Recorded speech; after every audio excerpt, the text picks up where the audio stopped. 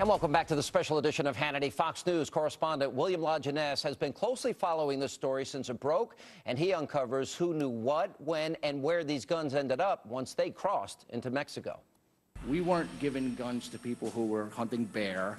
We were giving guns to people who were killing other humans. That is insane, inconceivable.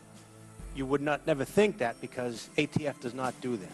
If I had known that that was in fact occurring, I would have called ATF headquarters. Most agents didn't know about Fast and Furious. Those who did followed orders. It was relayed to me that they didn't have to explain anything to me. I was to do as I was told. Agent John Dodson blew the whistle after the murder of Border Agent Brian Terry. It ended the program, but not the carnage in Mexico. This lawyer, the brother of a former state attorney general, tortured and killed. 21 dead in a shootout in Sonora. A helicopter down near Mexico City. All crimes committed with guns sent to Mexico with U.S. government consent. The guns that we saw these individuals buy would begin turning up at crime scenes in the United States and in Mexico, and yet we still did nothing. Nothing while Fast and Furious guns showed up in the hands of the La Familia, Sinaloa, and Beltran-Leyva cartels. It confirms what many Mexicans believe, that there's this conspiracy from the United States to sell guns to Mexico. Conspiracy or simply poor judgment in letting guns walk? Fast and Furious was unique, and here's why. In the past, a suspected straw buyer would be arrested in the parking lot or down the street. But in Fast and Furious, these stores were recruited by the ATF and the U.S. Attorney's Office. Multiple sales were approved, no arrests, and virtually no surveillance outside the store. That allowed a handful of young thugs known as straw buyers to buy thousands of guns. A straw buyer is usually a kid who's 18 to, I'll say 25, maybe up to 30 years old, who needs a couple hundred extra bucks and knows somebody that has a way to make a couple extra bucks. They walk into a store, they fill out a form, they buy a couple of rifles, and they walk out and give it to the guy. He gives them a few $100 and that's that. Adrian Fontes represents Manuel Acosta, who recruited a dozen straw buyers out of this body shop in Phoenix, including Jaime Avila, who bought the guns that later killed Brian Terry, Jose Polanco, and convicted felons Jacob Chambers and Sean Stewart, who alone purchased 290 guns. Out of 20 Fast and Furious defendants, 19 were back on the street within hours of their arrest. Alfredo? Yeah. Hey, my name's William LaJeunesse. I'm a correspondent with Fox News. Is there anything you want to say to these people who've been harmed by the guns that you bought? No.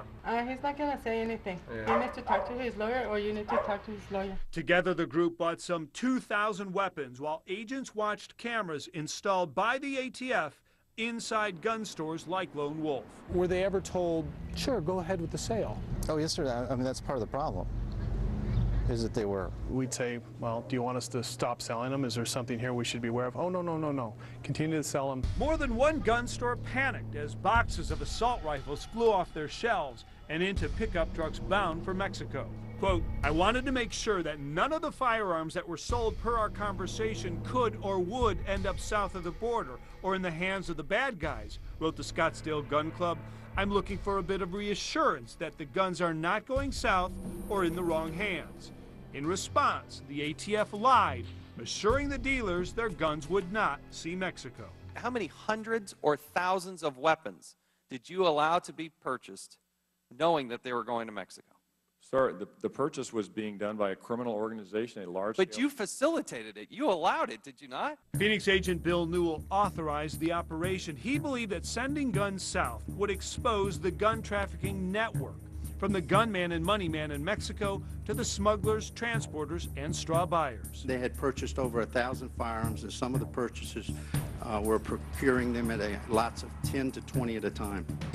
At the same time, approximately 200 firearms in this investigation were recovered in the United States and Mexico. I could not believe that someone in ATF would so callously let firearms wind up in the hands of criminals.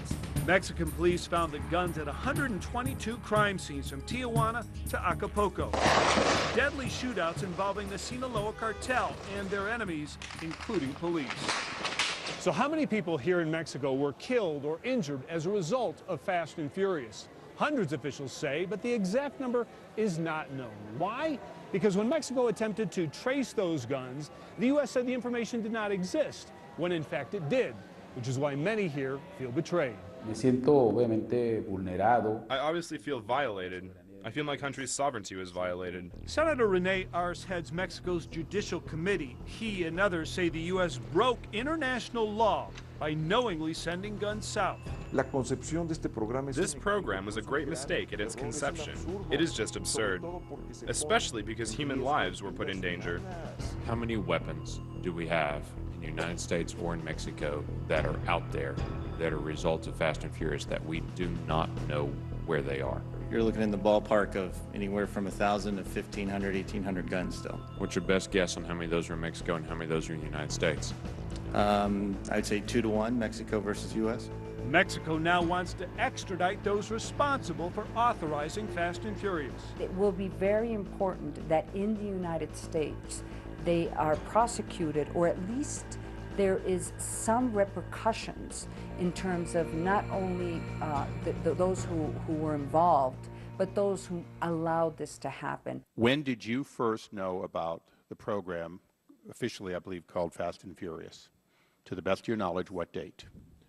I'm not sure the exact date, but I probably heard about Fast and Furious for the first time over the last few weeks. Targets of the congressional investigation include ATF agents Hope McAllister, David Voth, George Gillette, and Bill Newell. U.S. Attorneys Dennis Burke, Pat Cunningham, and Emery Hurley supervised the operation in Phoenix. In Washington, Acting ATF Director Kenneth Melson and Assistant U.S. Attorney General Lanny Brewer are both believed to have approved the program, while at the top, Attorney General Eric Holder and President Obama claim they knew nothing, though some investigators believe otherwise. You can take it to the bank that the United States Attorney for Arizona obviously was versed in it and told about it, but this is a decision that's made in Washington, and it's made at the highest levels of government.